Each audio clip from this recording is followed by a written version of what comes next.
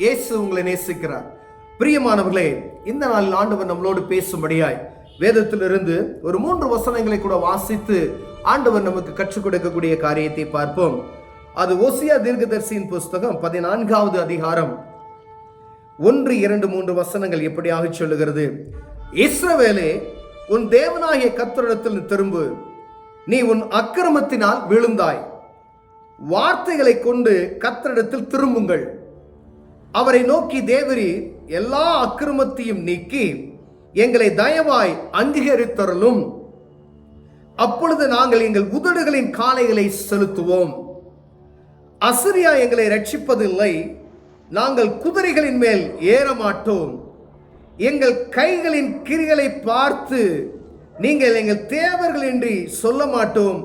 திக்கற்றவன் உம்மிடத்தில் இரக்கம் பெறுகிறான் என்று சொல்லுங்கள்.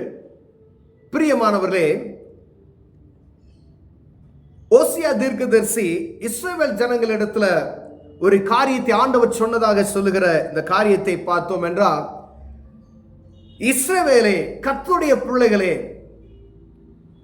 உன் தேவனாய கர்த்தரிடத்தில் திரும்பு, நீ உன் அக்கிரமத்தினால் விழுந்தாய். கர்த்தருடைய பிள்ளைகள் பாவத்தின் நிமித்தமாய், நாம் செய்கிற அக்கிரமத்தின் நிமித்தமாய், கர்மத்தின் நிமித்தமாய் விழுந்து போய்விட்டோம். நீ கர்த்தரிடத்தில் திரும்பு என்று ஆண்டவர் சொல்லுகிறதை பார்க்க முடிகிறது. விசுவாசத்தில் ஆண்டவரை ஏற்றுக்கொண்ட ஒவ்வொருவருக்கும் ஆண்டவர் பேசுகிறதாவது, நீ ஆண்டவருடைய சமூகத்தில் திரும்பு. நான் ஏற்றுக்கொண்டேன், விசுவாசத்தின் தகப்பனாகிய என் தேவத்தை நான் ஏற்றுக்கொண்டேன். ஆனால் என்னுடைய கர்மம், என்னுடைய பாவத்தில் மீண்டும் மீண்டுமாய் நான் விழுந்து கொண்டு இருக்கிறேன் என்பதை உணராதபடி இருக்கிற ஒவ்வொருவருக்கு ஆண்டவர் இடைபடுகிறாத உங்களுக்கும் எனக்கும் மீண்டுமாய் தேவனிடத்தில் நீ திரும்பு என்று ஓசியா தீர்க்கதரிசி இடம் ஆண்டவர் கர்த்தருடைய பிள்ளைகளை பார்த்து சொல்லுகிற காரியம். பிரியமானவர்களே, வார்த்தையை கொண்டு கர்த்தரிடத்தில் திரும்புங்கள். ஆண்டவருடைய வசனத்தை கொண்டு ஆண்டவருக்கு திரும்புங்கள். வசனத்தை உங்களோடு பேசுகிறதா? ஏதாவது ஒரு வார்த்தை உங்கள் இருதயத்தில் குத்துகிறதா என்று பார்க்கும்படி ஆண்டவர் வார்த்தையை கொண்டு கர்த்தரிடத்தில் நீங்கள் திரும்புங்கள். வசனங்கள் நம் காதில் தொனித்து பார்க்கிற இடமெல்லாம் வசனம் உண்டு. ஒரு வசனம் நம்ம இடத்தில் மனம் திரும்புதலை பற்றி பேசுகிறதா? அதை குறித்ததான வார்த்தை என் செவிகளில் தொனித்துக் கொண்டிருக்கிறதா? வார்த்தையை கொண்டு என்னிடத்தில் திரும்புங்கள். அவரை நோக்கி, தேவரீர் எல்லா அக்கிரமத்தையும் நீக்கி எங்களை தயவாய் அங்கீகரித்தருளும். ஆண்டவரை நோக்கி, ஆண்டவரை எங்களுடைய அக்கிரமத்தெல்லாம் நீக்கி தயவா எங்களை அங்கீகரித்துள்ளோம் என்று நாம் கேட்கிறோமா? இல்ல எப்பொழுதும் போல சாதாரண எழுந்தோம், குடித்தோம், புசித்தோம், வாழ்ந்தோம் அப்படின்ற எண்ணத்துல இருக்கிறோமா? ஆண்டவருக்கும் நமக்கும் உள்ள நெருக்கத்தை குறித்தது என்றாவது கவலை இருக்கிறதா? அப்பொழுது நாங்கள் எங்கள் உதடுகளின் காளைகளினாலே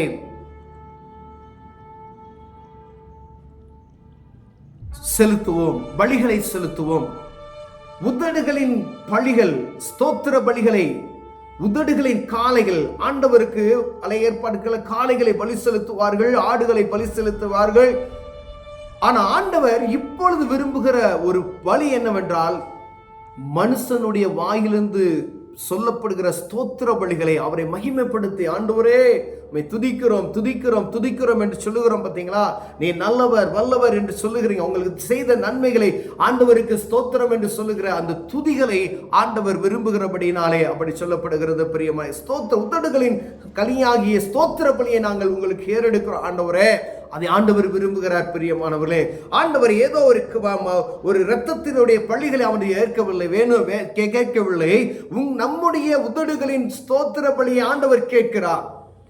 பரலோகத்தில் செய்யப்படுகிற மாதிரியை போல பூலோகத்தில் இருக்க ஆண்டவருடைய சாயல் படைக்கப்பட்ட நம்முடைய உதடுகளின் கனியாகிய ஸ்தோத்திர பலியை ஆண்டவர் விரும்புகிறபடினாலே எத்தனை தடவை ஸ்தோத்திரம் சொல்லுகிறோம்.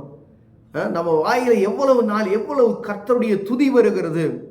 எதை குறித்து அதிகமாக நம் உதடுகளில் ஆண்டவரை ஸ்தோத்தரிக்கிறோமா, மற்றவைகளை ஸ்தோத்தரிக்கிறோமா, எதற்கு கனத்தை நாம் கொடுக்கிறோம் என்று பார்க்க முடிய ஆண்டவர் உங்களோடும் என்னோடு பேசுகிறார். பிரியமானவரே, அசிரியா எங்களை ரட்சிப்பதில்லை, மற்ற ஜனங்களை கொண்டு எந்த ராஜா எங்களை ரட்சித்துக் கொள்ளுவார்? அவருடைய மற்ற என் சகோதரன் என்னை ரட்சித்துக் கொள்ளுவான், என்னுடைய எஜமானன் என்னை ரட்சித்துக் கொள்ளுவான், அவர்கள் ரட்சித்துக் கொள்ளுவார்கள், அவர்கள் என்னை பாதுகாப்பாய் வைத்துக் கொள்ளுவார்கள், இவர்களை சார்ந்து நான் இருக்கிறேன் என்று சொல்லாதபடிக்கு நீங்கள் எச்சரிக்கையா இருக்கும்படியா, ஆண்டவரையே சார்ந்து இருக்கும்படியா ஆண்டவர் விரும்புகிறார்.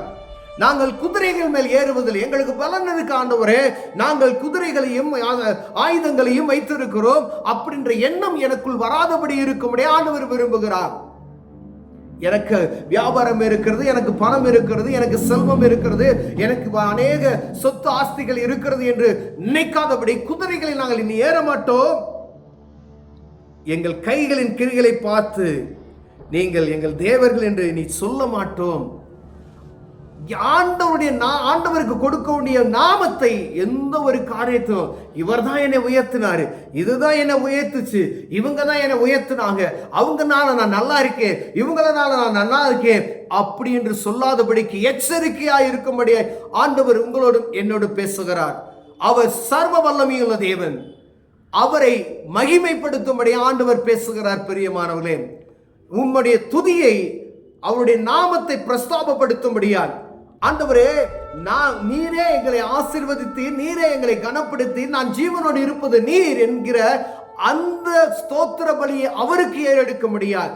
எங்களுடைய கையின் கிரியல், நாங்கள் கையினால் உருவாக்கப்பட்ட ஏதோ ஒரு காரியம், வியாபாரமோ ஏதோ ஒரு காரியம், ஆண்டவருடைய நாமத்துக்கு ஒத்தாய் வைத்திருக்கிற ஏதாவது ஒரு காரியம் இருக்குமேனால் அவை என்னை உயர்த்தினது என்று சொல்லாதபடிக்கு நாங்கள் கவனமாய் இருப்போம் என்று சொல்லும்படி ஆண்டவர் விரும்புகிறார். பிரியமானவர்களே, திக்கற்றவன் உம்மிடத்தில் இரக்கம் பெறுகிறான் என்று சொல்லுங்கள். ஆண்டவர் சமூகத்தில் எப்படி, ஆண்டவரே தாங்க, நான் இதை செய்ய மாட்டேன் ஆண்டவரே, என்னுடைய கையின் கிரியைகளை நான் ஆண்டவரே நான் வணங்க மாட்டேன் ஆண்டவரே, இதுதான் என்னை உயர்த்துச்சு நான் சொல்ல மாட்டேன் ஆண்டவரே, நீர் சர்வ வல்லமையில நீர் என்னை உயர்த்துவீர் என்று சொல்லுங்க.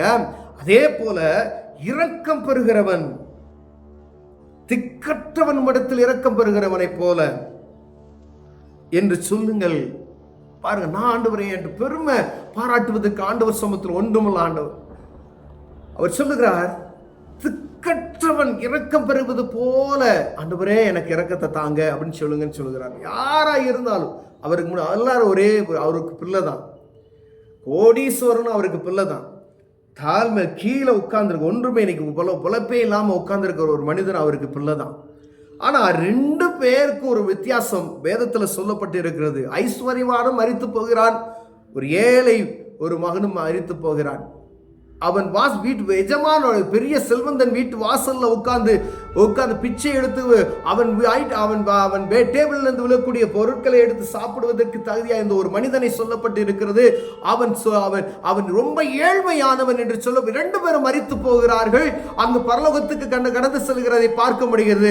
அங்கு நடக்கக்கூடிய சம்பாஷணை லூக்காவின் புஸ்தகம் 16வது அதிகாரத்தில் எழுதியிருக்கிறது போல இந்த ஏழ்மையானவன் ஆபிரகாமின் மடியில் தேற்றப்படுகிறான். பிரியமானவர்களே, பாருங்க, இரக்கம் எதுக்காக இரக்கம், ஆண்டவரே திக்கற்றவன் இரக்கம் பெறுவது போல என்று சொல்லுங்கள் அப்படின்னு சொல்றாரு தீர்க்கதரிசி. அப்படின்னா ஆண்டவர் என்ன செய்வாரா, நம்ம மேல மனம் இறங்கி ஆபேல் கடியிலே போய் பலிபீடத்தில் வைத்து ஆண்டவரே அப்படி சொல்லணும். பெருமை ஒரு நாள் இருக்கு, 2 பேர் போய் ஜெபம் பண்றாங்க. அங்க ஜெபிக்கிற ஜெபம், தாழ்மையின் ஜெபத்தை ஆண்டவர் கேட்கிறதை பார்க்கப்படுகிறது. பிரியம், அதே போல ஆண்டவர் சொல்லுகிறார், இரக்கத்தில் ஆண்டவரை திக்கற்றவன் இரக்கம் பெறுவது போல எங்களுக்கு இரக்கம் செய்வீர் என்று சொல்லுவோமானால் ஆண்டவர் நம்மளை பார்த்து இரக்கம் பெற்றுக்கொள் என்று சொல்லுவ வல்லமையுள்ளவராக இருக்கிறார். பிரியமானவர்களே, என் கையின் கிரியையில் நாங்கள் ஆண்டவரை ஒரு நாள் என்னை உயர்த்துச்சுன்னு நான் சொல்ல மாட்டோம். அது வசனம் இருக்கிறது, என் கையின் பிரயாசமோ என்னுடைய திறமையோ என்னை உயர்த்துது என்று சொல்லாதபடி நீ எச்சரிக்கையாயிரு என்று.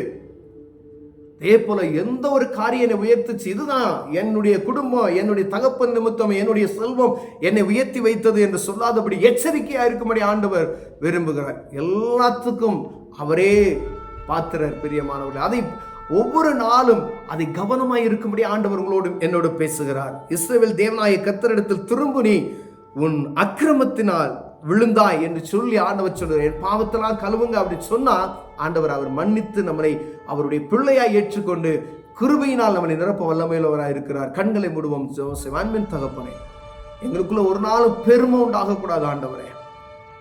இதுதான் என்னை உயர்த்துச்சுன்னு நாங்கள் ஒரு நாளும் ஆண்டவரே உயர்த்தாதபடிக்கு ஆண்டவரே எங்க உதடுகளின் கனியாகிய ஸ்தோத்திர பலியை உமக்கு ஏறெடுப்போம். இயேசுவின் நாமத்தில் பிதாவே, ஆமென்.